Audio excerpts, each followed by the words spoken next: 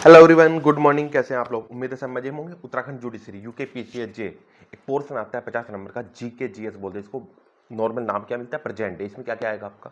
Constitution आएगा, international law आएगा, UN charter वगैरह, वो सारी चीजें आने वाली है। आज हम वही देख रहे हैं। इंटरनेशनल लॉ स्टार्ट करें। क्या स्टार्ट करें आज? हम इंटरनेशनल लॉ। अब पहली बात तो इसको हम सभी प्रीवियस ईयर क्वेश्चन, सभी चार्टर में जितनी चीज़ें हैं, जो मेन चीज़ें एग्जाम के प्री के रिगार्डिंग, वो सब कुछ करेंगे। अगर आपने इतना कर लिया तो मोर देन सफिशिएंट है उत्तराखंड जुडिशरी एग्जाम के लिए। प्री में जितने क्वेश्चन अब तक आए वो भी सब डिस्कस करेंगे। डेली 10-10 मिनट की क्लास करेंगे, 5-6 दिन में कवर हो जाएगा। चलिए सबसे इंटरनेशनल लॉ की बात करें। सबसे पहले ये नाम किसने दिया था इंटरनेशनल लॉ का? बिना टाइम वेस्ट के स्टार्ट करते। इसका नाम किसने दिया था? नाम दिया था बेंथम ने। बेंथम नाम सुना ना? बेंथम। बेंथम ने सबसे पहले नाम दिया। और इस एक तरह से इंटरनेशनल लॉ के जो मॉडर्न इंटरनेशनल लॉ है जो बना था, कोई दिक्कत नहीं। अब मॉडर्न जो फिलहाल चल रहा है, इसके फादर किसे बोला जाता है? फादर ऑफ इंटरनेशनल लॉ किसे बोला जाता है? ग्रोटियस। GROTIOUS Grotius. याद रहेगा। अब दूसरी बात के इंटरनेशनल लॉ को हॉलैंड करके हुए एक, हॉलैंड ने क्या बोला इसको? Vanishing point of jurisprudence. ये सब वह क्वेश्चन है जो एग्जाम में आए हैं और जो आ सकते हैं, आगे भी आने के बहुत ज़्यादा चांस है इनके, इसलिए हम वही क्वेश्चन पहले कवर कर रहे हैं जो इसके एग्जाम में आने के चांस है। चलिए यहाँ तक क्लियर सब कुछ। नोट कर लेना जो जो कर रहे हैं, एग्जाम में आने के बहुत ज़्यादा चांस है। मेन वही चीज़ें करेंगे जो एग्जाम में आ सकते हैं, फालतू चीज़ों में हम ध्यान नहीं देंगे। ठीक है। और ऑस्टिन का नाम सुना है सबने? जूरिस्प्रूडेंस में बहुत ज़्यादा पढ़ा है ऑस्टिन थ्योरी। ऑस्टिन ने क्या कहा था इंटरनेशनल लॉ को? ऑस्टिन ने कहा था इसको क्या? Positive morality. क्लियर है? इतनी सी चीज इंटरनेशनल लॉ के बारे में हमने पढ़ा है। इसे किसने क्या कहा, किसने इसके बारे में क्या कहा, who is the father of the international law, modern international law.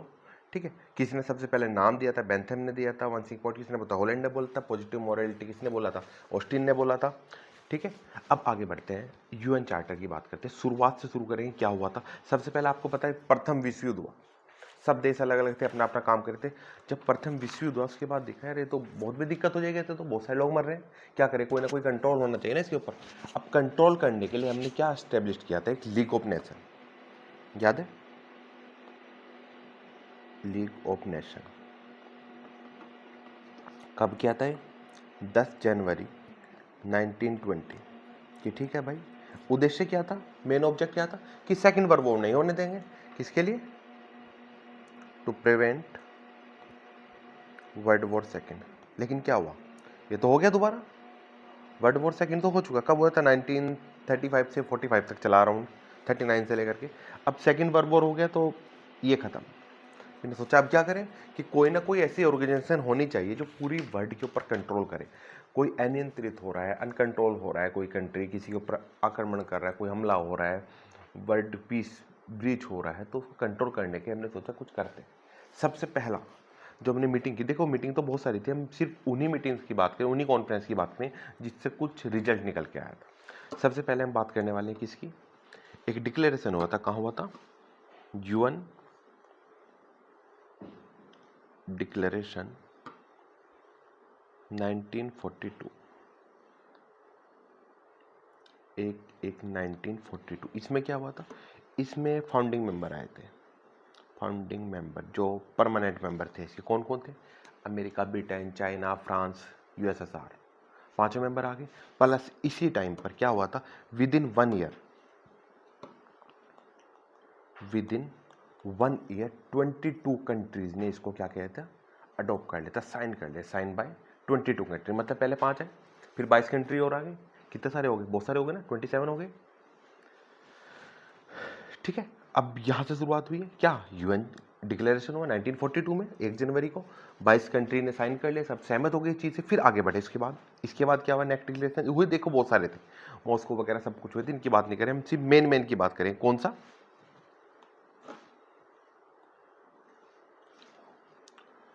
ड्रूम्बल्टन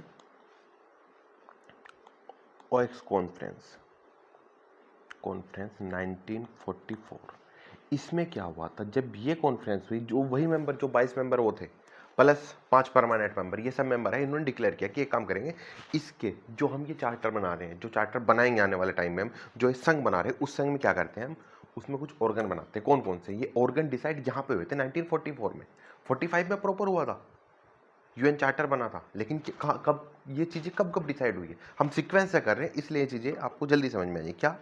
general assembly जो हम पढ़ने वाले हैं अभी, सिक्योरिटी काउंसिल, सिक्योरिटी काउंसिल के बाद क्या next, number 4 international court of justice ICJ, फिर आ गया था एक सेक्रेटरीट। ये 4 ऑर्गन यहाँ पे बन गए थे, बाकी 2 बाद में बने थे, उनकी बात बाद में करेंगे। कब हुए थे? 1944 में। ये बना कब था प्रॉपर, एक तरह से डिक्लेरेशन होता 1942 का, कुछ कंट्री ने साइन कर दी थी, फिर उसके बाद 1944 में क्या हुआ, ऑर्गन डिसाइड कर लिया हमने। देन उसके बाद जो फाइनल डिक्लेरेशन हुआ, फाइनल जो कॉन्फ्रेंस हुई इनकी, जिसके बाद यूएन चार्टर बन गया था, क्या था?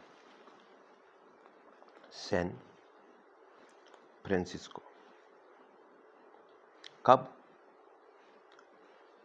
1945। कब हुआ था? 1945। यहाँ पे हुआ क्या क्या भाई, यहाँ पे मेंबर आगे से भी इस टाइम पे परमानेंट मेंबर 5 थे, वही वो 5 जो कि तो रहेंगे। उसके बाद कुछ आए फाउंडिंग मेंबर, जो इस पे साइन करने के लिए आए थे, फाउंडिंग मेंबर्स। इन फाउंडिंग मेंबर्स कितने थे? ये 50 थे। देखो ये सही मायने में 50 थे। फिर इसमें तुरंत एक और जुड़ गया था आकर के, पहले नहीं था, लेकिन उसके साथ साथ जब साइन हुए एक मेंबर और जुड़ा था। ये कौन था? पोलैंड। पोलैंड एक मेंबर और आ गया था यहाँ पर। तो कितने हो गए? 51 फाउंडिंग मेंबर हैं। अब दूसरी बात, क्या इन फाउंडिंग मेंबर्स में इंडिया भी था? हाँ, इंडिया भी इन्हीं मेंबर्स में था। साइन कब किए थे सबने? 1945 में। 1945 26 जैसे 26 नवंबर होता है हमारा कॉन्स्टिट्यूशन डे, ऐसे यहाँ पर क्या था 26/6/1945, 2025 की बात आ रही। चलिए, इंडिया था, लेकिन इंडिया मेन परमानेंट मेंबर कब बना था, एक तरह से सॉरी फाउंडिंग मेंबर्स में इन्फोर्स कब हुआ था प्रॉपर एक तरह से, कब?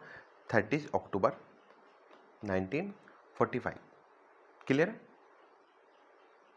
30 अक्टूबर 1945। अब इसकी बात करें, ये तो इंडिया की बात करें सिर्फ हम, पर्पल से जो हमने लिखा है, ये इस डेट में आए थे। तो सिग्नेचर सब ये कब हुए? अब। और इन्फोर्स कब हुआ था? क्या? UN charter. नीचे लिख देते हैं, यूएन चार्टर हमने दिया कहाँ पर? San Francisco. सैन फ्रांसिस्को, याद रखना कॉन्फ्रेंस कौन सी थी, कब, कितने दिन चली थी? 2 महीने चली थी। ये कब था? 26/6/1945। देन उसके बाद ये इनफोर्स की डेट पूछता है। इनफोर्स एक तरह से इनेक्टेड लिख देते हैं, signature sign by the countries, ये था। और इनफोर्स कब हुआ था? कब हुआ था? कोई बताएगा? 24 अक्टूबर 1945, ये वाली डेट। यहाँ से बहुत सारे क्वेश्चन, भर भर के क्वेश्चन आते हैं। क्लियर है? अब जब ये सिग्नेचर हो गए, सारे बंदे बन गए, और ये जो चार्टर था, इसमें टोटल क्या क्या था भाई? इसमें जो चैप्टर थे, चैप्टर कितने थे? 19। और आर्टिकल, यहाँ पे सेक्शन की बात नहीं करेंगे, यहाँ पे करेंगे आर्टिकल की बात। आर्टिकल कितने थे? 111 111 आर्टिकल, 19 क्या? चैप्टर्स। ये है। अब इसमें जो लैंग्वेज रखे हम, देखो ऑर्गन हमारे डिसाइड हो गए 1944 में, 1945 में प्रॉपर बन गया। फिर इसमें कुछ सब्सिडी ऑर्गन जुड़ते रहे, उनको बाद में पढ़ने वाले हैं। इसके बाद हुआ क्या है, इसकी लैंग्वेज क्या थी? लैंग्वेज में ध्यान रखना, इसमें टोटल लैंग्वेज कितनी थी? 6 थी। कितनी थी? 6। कौन कौन सी? चाइनीज, फ्रेंच, स्पेनिश, इंग्लिश,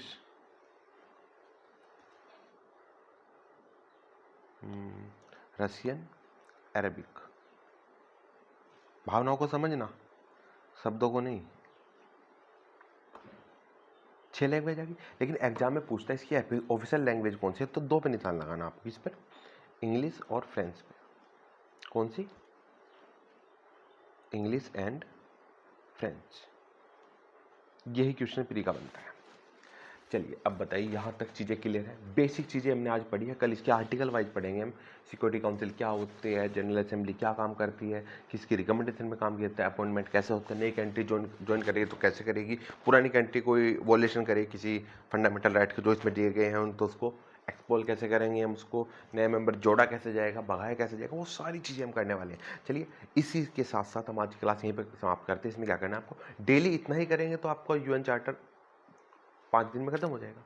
चलिए okay everyone, all the best, see you tomorrow and तैयार हो जाइए उत्तराखंड जुडिशरी के लिए।